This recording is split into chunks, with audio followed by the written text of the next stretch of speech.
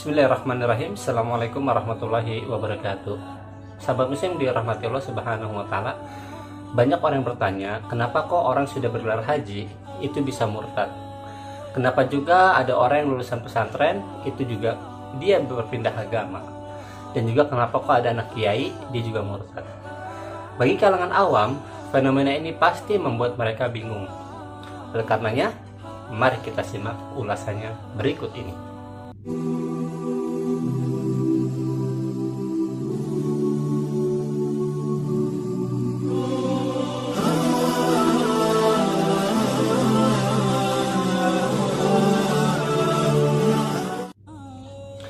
Sahabat muslim yang dirahmati Allah Subhanahu wa taala, sebagaimana yang kita ketahui bahwa setelah Allah Subhanahu wa taala itu mengutuk iblis dengan mengeluarkannya dari surga karena mereka telah ingkar terhadap perintah Allah Subhanahu wa taala, yakni untuk sujud kepada Nabi Adam alaihissalam, maka iblis pun mencoba menawar dengan mengatakan, qala rabbi fa'anzirni ila yaumi yub'atsun. Dia iblis berkata, ya Tuhanku, kalau begitu maka berilah penangguhan kepadaku sampai manusia dibangkitkan, yakni sampai hari kiamat. Dari ayat tersebut ya, dari perkataan iblis ini kita menjadi paham bahwa iblis sebenarnya sosok yang sangat mengenal Allah Subhanahu wa ta'ala, bahkan membenarkan bahwa Allah Subhanahu wa ta'ala adalah Rabb, yakni Tuhan semesta alam. Namun iblis jelas tak masuk dalam kaum yang beriman kepada Allah Subhanahu wa ta'ala. Tempat mereka sudah ditentukan, yakni neraka jahanam. Jadi mereka yang mengenal Rabbnya secara baik belum tentu secara otomatis beriman kepada Allah Subhanahu wa ta'ala. Ada hal lain yang harus ia penuhi agar bisa terkategori sebagai mukmin, yaitu orang yang beriman. Coba kita perhatikan juga Fir'aun, seorang raja Mesir yang hidup pada zaman Nabi Musa alaihissalam. Ya, setelah melihat berbagai mukjizat yang diturunkan oleh Allah Subhanahu wa taala kepada Nabi Musa alaihissalam berupa tongkat yang bisa berubah menjadi ular yang sangat besar, tangan yang mengeluarkan cahaya, datangnya banjir, belalang, kutu, katak, darah, dan kekeringan, Fir'aun pun membenarkan bahwa Allah Subhanahu wa ta'ala adalah Tuhan pemelihara langit dan bumi.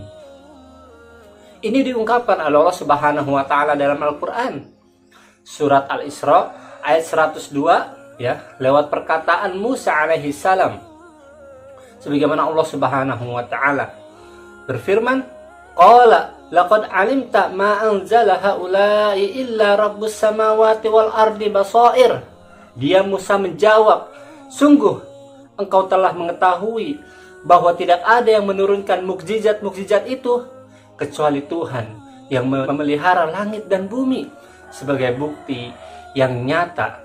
Begitu juga di dalam surat Al-A'raf ayat 134, Fir'aun yang telah ditimpa berbagai macam musibah, dia berkata kepada Nabi Musa alaihissalam sebagaimana firman Allah Subhanahu wa ta'ala. Dan ketika mereka ditimpa azab yang telah diterangkan itu, mereka pun berkata, wahai Musa, mohonkanlah untuk kami kepada Tuhanmu sesuai dengan janjinya kepadamu. Jika engkau dapat menghilangkan azab itu dari kami, niscaya kami akan benar-benar beriman kepadamu dan pasti akan kami biarkan Bani Israel pergi bersamamu. Namun, apa yang terjadi? Ternyata Fir'aun tidak pernah menjadi beriman, meskipun berbagai bukti telah tampak di depan matanya.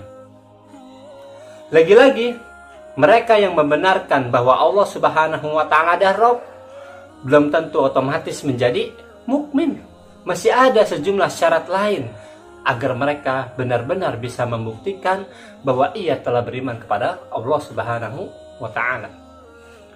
Para ulama termasuk Imam Malik, Imam Asy-Syafi'i, Imam Ahmad, dan Imam Al-Auza'i berpendapat bahwa iman bukan sekedar pembenaran oleh hati, namun juga pengakuan oleh lisan dan pengamalan oleh anggota badan.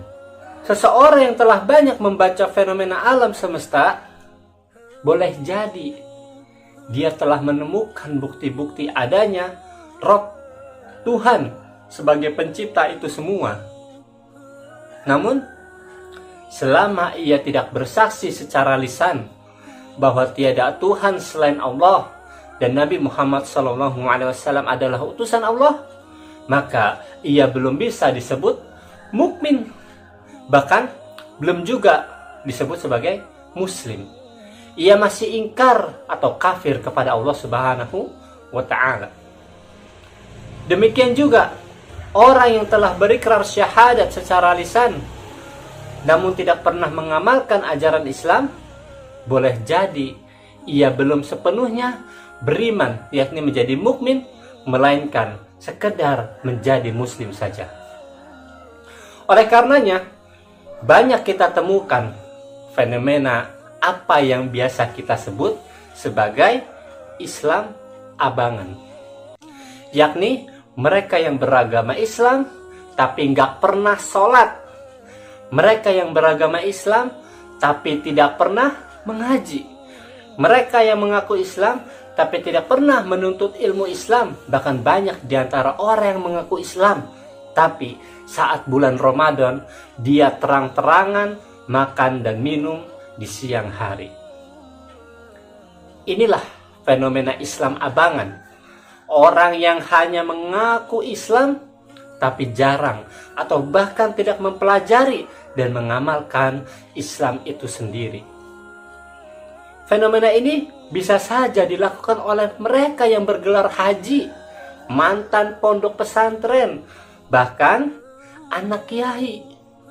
Karena iman itu adalah sesuatu yang tertanam dalam hati, dalam jiwa, bukan karena sekedar bergelar haji, mantan santri, atau dia anak kiai. Karena iman itu tidak dapat diwarisi, tapi iman itu harus dijaga dan dipelihara dengan ilmu dan amal. Kisah orang-orang Arab pedalaman, yaitu Arab Baduy, yang telah mengaku beriman, namun dibantah oleh Allah Subhanahu wa Ta'ala di dalam Al-Quran surat Al-Hujurat ayat 14 adalah contoh nyata tentang pentingnya menerapkan keimanan secara total setelah bersyahadat. Allah Subhanahu wa Ta'ala berfirman, Qalatil a'rabu amanna qul lam tu'minu walakin qulu aslamna walam yadkhulil imanu fi qulubikum. Kata Allah Subhanahu wa Ta'ala, orang-orang Arab Baduy itu berkata, amanna, dia telah beriman, kami telah beriman. Kata Allah, katakanlah kepada mereka, kamu belum beriman, tapi katakanlah kami telah tunduk, yaitu kami telah beragama Islam.